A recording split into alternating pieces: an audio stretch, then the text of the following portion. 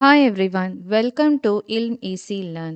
So today நம்ம வந்து BEEE subject B3251ல அண்ணா university question பேப்பர்ஸ்ல வந்துட்டு ஏப்ரல் மே 2022 ஓட question paper November December 2022 April May 2023 November December 2023 April May 2024 and then November December 2024. So arrear question paper as well as the current question paper இதோட அண்ணா university question paper செட்ஸ்ல வந்து unit 1க்கு அதாவது electrical circuits அப்படின்ற யூனிட்ல என்னென்ன questions எல்லாம் வந்துட்டு எந்த கொஸ்டின்ஸை கேட்டிருந்தாங்க பார்ட் பியில் பார்ட் சியில் அப்படின்றத நம்ம பார்க்க போகிறோம்.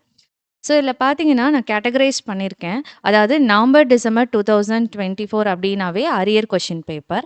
அதுக்கப்புறம் பார்த்தீங்கன்னா, ஏப்ரல், மே 2024னா current regulation. Then November, December 2023, April, May 2023, November, December 2022 and then April, May 2022 அப்படின்னு சொல்லி டிஃப்ரெண்ட் இயர்ல. இதில ஃபர்ஸ்ட் யூனிட் அப்படின்றனால 11th கொஸ்டின் கேட்பாங்க. ஸோ 11th கொஸ்டின்ல ஏ சப் டிவிஷன்ல பார்த்தீங்கன்னா, நவம்பர், டிசம்பர் 2024ல மெஷ் அனாலிசிஸ் கேட்டிருந்தாங்க. அதுவும் என் அப்படின்னு சொல்லும்போது நியூமெரிக்கல் ப்ராப்ளம்ஸா தான் கேட்டிருந்தாங்க. அதே மாரி பி சப் டிவிஷன்ல ஆர்எல்சி சர்க்யூட்ட வந்துட்டு ஒரு நியூமெரிக்கல் ப்ராப்ளமா எய்தர் ஆர் சாய்ஸ்ல கேட்டிருந்தாங்க. ஸோ இதே வருஷத்துல பார்த்தீங்கன்னா, 16th கொஸ்டின் அதாவது பார்ட் சி கொஸ்டினும் யூனிட் 1லருந்து தான் கேட்டிருந்தாங்க. அதாவது ஒரு question that is the A choice அப்படின்றப்ப நோடல் அனாலிசிஸ்ல நியூமெரிக்கல் ப்ராப்ளம். ஸோ 3 டாபிக்குமே வந்துட்டு லாஸ்ட் அரியர் கொஸ்டின் பேப்பர்ல வந்துட்டு நியூமெரிக்கல் ப்ராப்ளம்ஸ் தான் கேட்டிருந்தாங்க. ஸோ நெக்ஸ்ட் பார்க்கும்போது நவம்பர் ஏப்ரல், மே 2024 பார்க்க போறோம். அதாவது பாஸ்ட் இயர். ஸோ பாஸ்ட் இயர்ல ஃபர்ஸ்ட்டு வந்து 11th ஏ கொஸ்டின்ல என்ன கேட்டிருந்தாங்க அப்டின்னா, ஆர்டி அப்டின்னா டோட்டல் ரெசிஸ்டன்ஸ்னு மீனிங். ஸோ ஒரு சர்க்யூட் குடுத்துட்டு, அதோடைய டோட்டல் ரெசிஸ்டன்ஸ் என்ன அப்டின்னு கால்குலேட் பண்ணோம்.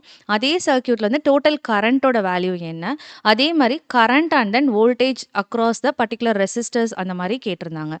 ஸோ இது ஒரு சாய்ஸ் கொஸ்டினாவும், த நெக்ஸ்ட் சாய்ஸ் பி சாய்ஸ்ல வந்து ஆர்எல்சி கேட்டிருந்தாங்க. ஸோ ஆர்எல்சில வந்துட்டு என்ன பண்ணியிருக்காங்கன்னா வந்துட்டு நியூமெரிக்கல் ப்ராப்ளம் தான் கேட்டிருந்தாங்க. அந்த நியூமெரிக்கல் ப்ராப்ளம் வந்துட்டு எப்பயும் போல ரெசிஸ்டர், இண்டக்டர், கெப்பாசிட்டர் இதோட வேல்யூஸ் எல்லாம் குடுத்து பவர் ஆவரேஜோட வேல்யூ என்ன? அண்ட் தென் இசட்னா இம்பிடன்ஸ் இதோட வேல்யூ என்னன்னு கேட்டிருந்தாங்க. ஸோ இதெல்லாம் 11th கொஸ்டினா கேட்டிருந்தாங்க. ஸோ சேம் டைம் அத லாஸ்ட் இயர் கரண்ட் கொஸ்டின் பேப்பர்ல இந்த ஏப்ரல், மே 2024ல பார்த்தீங்கன்னா, பார்ட் சி.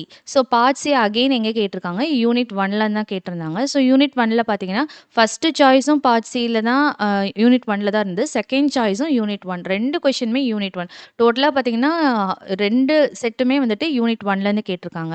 ஸோ இந்த பார்ட் சில நோடல் அனாலிசிஸ்ல வந்துட்டு குடுத்துட்டு ஒரு சர்க்யூட் குடுத்துட்டு, அந்த சர்க்யூட்ல பர்ட்டிகுலர் பிளேஸ்ல வந்து பவர் டிசிபேஷன் வேல்யூ என்ன? அப்படின்னு பர்ட்டிகுலர் ரெசிஸ்டன்ஸ் அக்ராஸ்ல பவர் டிசிபேஷன் வேல்யூ என்னன்னு கேட்டிருந்தாங்க. அதே மாரி அதோட எய்தர் ஆர் சாய்ஸ்ல பார்த்தீங்கன்னா, பட் அந்த கொஸ்டின் பேப்பர்ல நோடல் அனாலிசிஸ்ல தான் சால்வ் பண்ணணும் அப்படின்னு அவங்க மென்ஷன் பண்ணவே கிடையாது.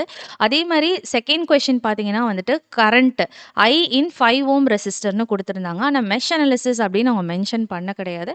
பட் வந்து நம்ம மெஷ் அனாலிசிஸ் சால்வ் பண்ணா ஈஸியா இருக்கும். ஸோ இதுதான் வந்துட்டு last year university question paper. So next பார்த்தீங்கன்னா, நவம்பர், டிசம்பர் 2023 அதாவது ப்ரீவியஸ் அதுக்கும் முந்தின வருஷத்துடைய அரியர் கொஸ்டின் பேப்பர்ல ஃபர்ஸ்ட் 11th கொஸ்டின்ல ஏ சாய்ஸ்ல என்ன கேட்டிருந்தாங்கன்னா, கேசிஎல் வந்து தியரியா கேட்டிருக்காங்க. அதுவும் 4 மார்க்ஸ்க்கு வந்து கேட்டிருந்தாங்க.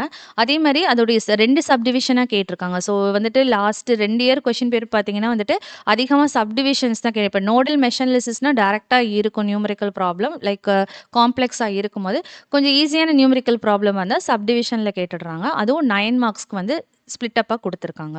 ஸோ நெக்ஸ்ட் பார்த்தீங்கன்னா, இந்த 11th கொஸ்டின்லயே பி சப் டிவிஷன் பி சாய்ஸ்ல வந்து ஃபர்ஸ்ட் சப் டிவிஷன்னா வந்து ஆர்எம்எஸ் வேல்யூ. ஆர்எம்எஸ்னா ரூட் மீன் ஸ்கொயர். அதாவது ஒரு ஏசி சிக்னல குடுத்துட்டு, அதோட ஆர்எம்எஸ் வந்துட்டு இது பண்ணுங்க அப்படின்னு சொல்லி தியரி கொஸ்டினா தான் கேட்டிருக்காங்க 5 மார்க்ஸ்.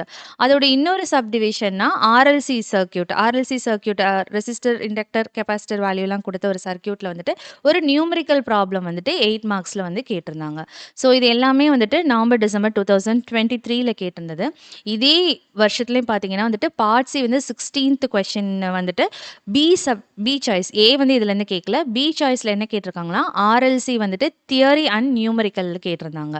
ஸோ தியரியும் நம்ம டிரைவ் பண்ணிட்டு ஒரு அதே மாரி தியரி முடிச்சக்கப்புறம் நியூமெரிக்கல் வேல்யூ அவங்க குடுத்த வேல்யூ வச்சு நான் தியரியில சப்ஸ்டிட்யூட் பண்ணி ஃபைனலா ஆன்சர் போடுற மாரி.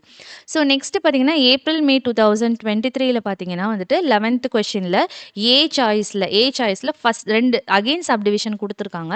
இந்த ஃபர்ஸ்ட் சப்டிவிஷன் பார்த்தீங்கன்னா, சிடிஆர் அப்டின்னா கரண்ட் டிவிஷன் ரூல். ஸோ இந்த கரண்ட் டிவிஷன் ரூல வந்துட்டு நியூமெரிக்கல் ப்ராப்ளம் கேட்டிருந்தாங்க. அதுவும் 6 மார்க்கு.